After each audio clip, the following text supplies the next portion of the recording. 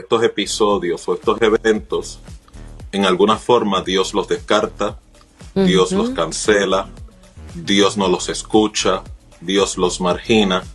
Y lo que quiero que entiendan, muchas veces Dios permite los episodios de quebrantamiento para poder catapultarnos hacia nuestro próximo propósito. Y es por eso que en esta mañana lo que quiero concientizar, nadie está lo suficientemente roto para que sea ignorado o descarte el propósito y destino que Dios tiene construido para dicha persona. ¿Y por qué le digo esto? Porque tenemos la tendencia, ¿verdad?, particularmente la gente, a despreciar las cosas que están rotas. Sí. O a veces, ¿verdad?, la gente tiende a cancelar la gente que está rota por su historia. Pero la misma Biblia advierte que lo que era vil, lo vergonzoso, es lo que Dios precisamente elige para avergonzar la sabiduría de este mundo. Y es por eso que quiero concientizarte que en esta mañana, no importa la situación difícil que puedas estar pasando, el momento histórico difícil que puedas estar enfrentando, Dios continuará su propósito en tu vida. A veces los momentos difíciles, los momentos del valle de sombra, son los que Dios más cercano está y utiliza para poder formar nuestra vida, nuestro carácter, nuestra manera de pensar, para catapultarnos a dicho destino. Una de las cosas que entonces quiero compartir en esta mañana, primeramente, es que cuando estamos rotos o estamos pasando por ese momento de quebrantamiento, algo bien extraordinario ocurre dentro de nosotros y se llama sensibilidad. Así es. Lo cual significa estamos más dispuestos a escuchar la voz de Dios, estamos más sensibles a lo que es el testimonio del Espíritu Santo. Muchas veces el quebrantamiento Dios lo utiliza para romper nuestros miedos, romper nuestros prejuicios, romper, ¿verdad?, nuestros paradigmas, y muchas veces nos permite vernos de una manera más exclusiva, más cercana.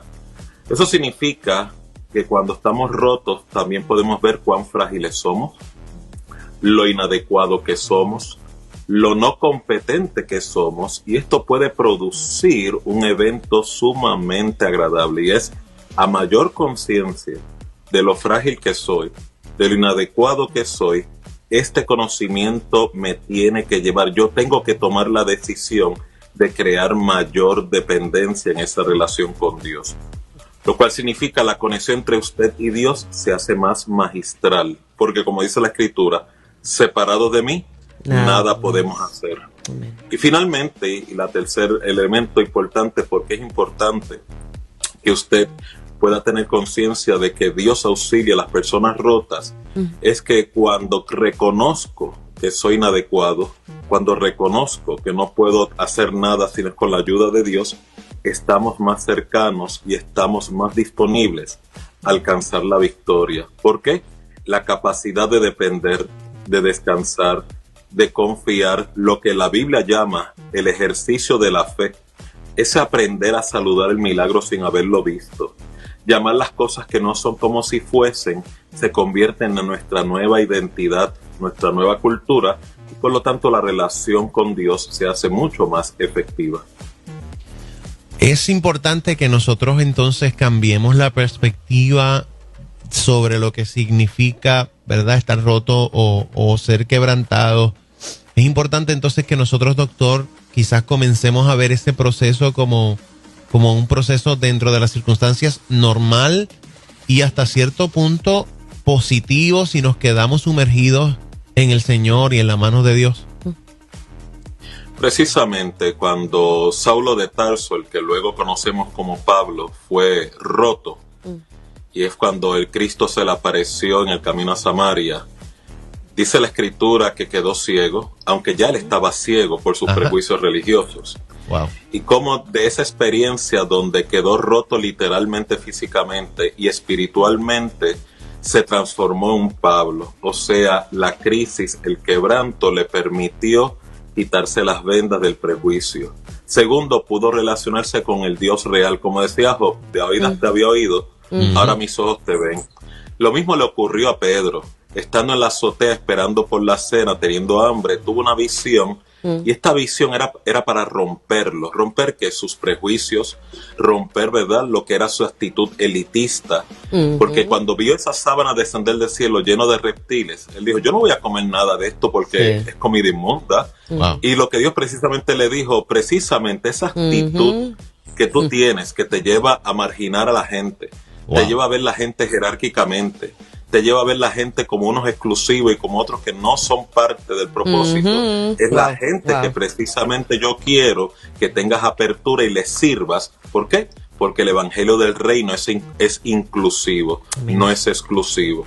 Así que los momentos donde muchas veces Dios permite que quedemos rotos y quebrantados, muchas veces resulta ser nuestro rescate y nuestra salvación de nosotros mismos. Usted describió hace un rato algo que me ha pasado muy frecuente. A veces nos mantenemos la situación nos mantiene en una esquina donde no tenemos opción, pero es donde uno aprende a confiar en el Señor, crece uno espiritualmente, uno ve otras perspectivas, se pone sensible. Todo ese tipo de cosas me ha pasado muy frecuente en esas esquinas y en ese momento donde no tengo opción, doctor, donde no tengo para dónde ir, ni para la izquierda ni para la derecha, no puedo ir para ningún lado. Uno aprende muchísimo, yo he aprendido muchísimo. Ahora bien, en qué punto es saludable y en qué punto podríamos decir ya estamos cayendo en otra cosa, en depresión o no sé cómo llamarle, porque eso tiene que tener como un cierto límite, ¿verdad? Esa esquina tiene que tener un cierto límite, ¿cierto? Sí, muy excelente pregunta, Esteban, y contestando la misma, sabemos que vamos en el proceso correcto a pesar del quebranto, a pesar de la crisis, a pesar de que estamos rotos, no estamos paralizados, no estamos lisiados. La persona continúa en movimientos. En otras palabras, en vez de quedarse en parálisis, la persona encuentra un resurgir donde, a pesar de que me siento con unas limitaciones y tengo conciencia de lo inadecuado que soy, esa confianza en Dios aumenta, esa dependencia en el Señor aumenta, descansar en mis propios recursos va disminuyendo, que es muy diferente cuando la persona está pasando por un momento difícil y presenta lo que se llama resistencia. Esto me recuerda el aspecto de la experiencia de Jonás, que Dios, tratando de llevarlo a su propósito, se quedó estancado en su coraje, en su enojo, en su crisis. Vuelvo otra vez, los prejuicios.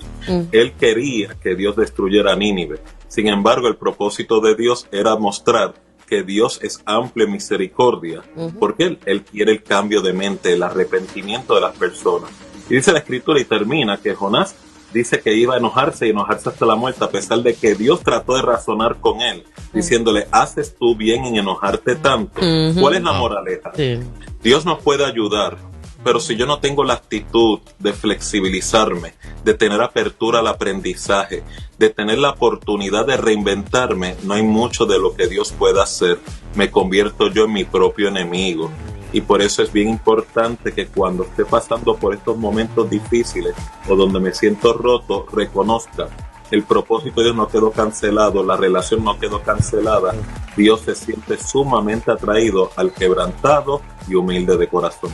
Me gustó eso de los prejuicios. Yo creo que muchos de nosotros no crecemos en muchas áreas por eso de los prejuicios, ¿verdad? Y no salimos de esa esquina y hasta yo creo que nos paraliza en poder madurar espiritualmente y en otras áreas también por nuestros prejuicios. ¿Cómo puedo identificar qué es eso que no me está dejando avanzar?